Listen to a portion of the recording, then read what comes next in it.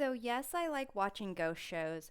I like going on ghost hunts. I've never seen really anything myself.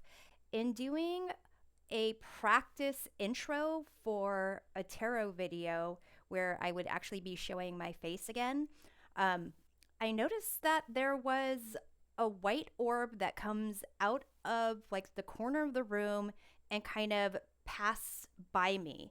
Then I did slow motions and saw that it didn't go through me, it went in front of my face. So it could be cat hair, could be something else. You decide, let me know.